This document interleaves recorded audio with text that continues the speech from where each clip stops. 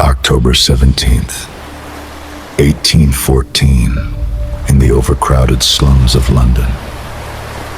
A 15-foot-high wall of dark beer came crashing through the narrow streets like a black tsunami. What started as an ordinary day at a brewery ended in one of history's most bizarre disasters. I'm Theo, traveling through space and time to unearth the strangest chapters of our past. Today, we dive into the great beer tsunami that drowned part of London in porter.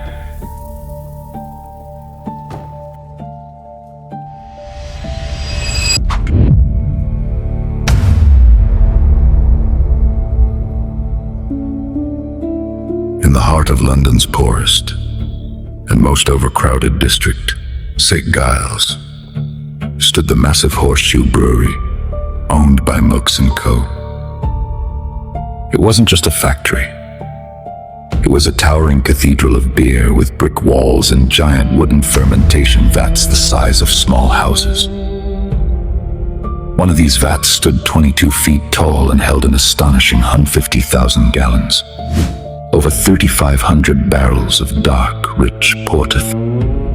Thousands of gallons quietly fermented inside, watched over by iron hoops weighing hundreds of pounds each for years. The brewery had been one of London's largest producers of this popular working-class drink. But on that fateful afternoon, something was terribly wrong beneath the surface.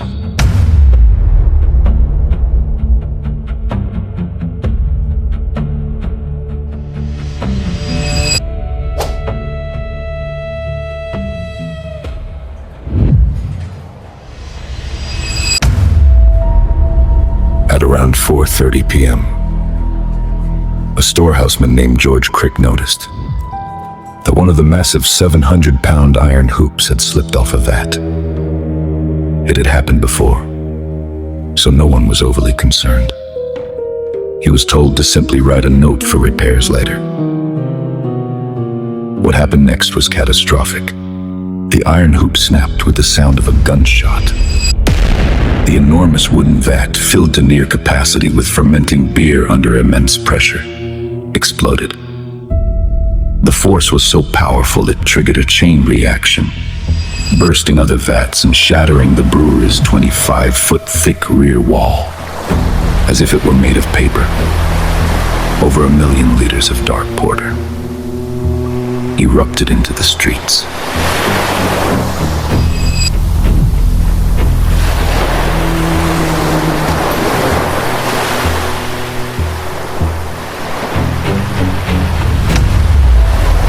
Within moments, a terrifying 15-foot-high wave of beer surged into the narrow, winding alleys of the St. Giles Rookery,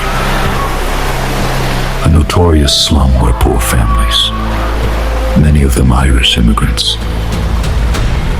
lived packed into damp basements and overcrowded rooms.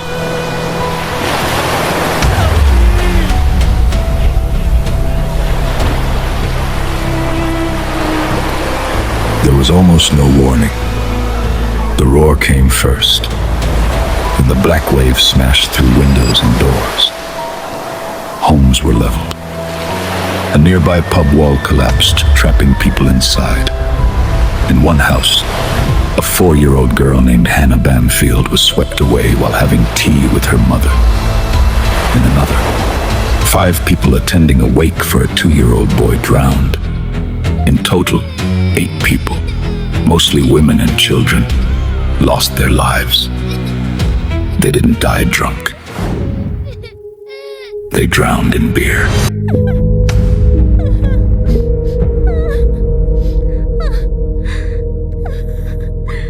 As the floodwaters finally settled into a thick, sticky sludge, the true horror became clear.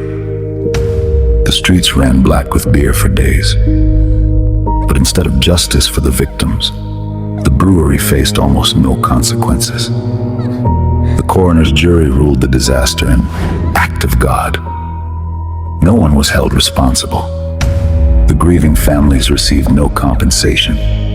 Meanwhile, the wealthy brewery owners successfully petitioned the government and were granted a tax refund on the lost beer, worth thousands of pounds, which helped save their business.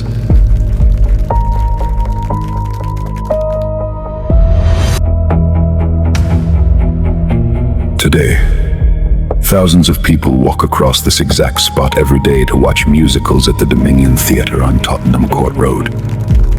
They have no idea they're standing directly above the site of one of history's strangest and most tragic disasters. Which forgotten tragedy or hidden disaster happened right under our feet? Tell me your favorite buried history story in the comments and I'll research it for the next timeline.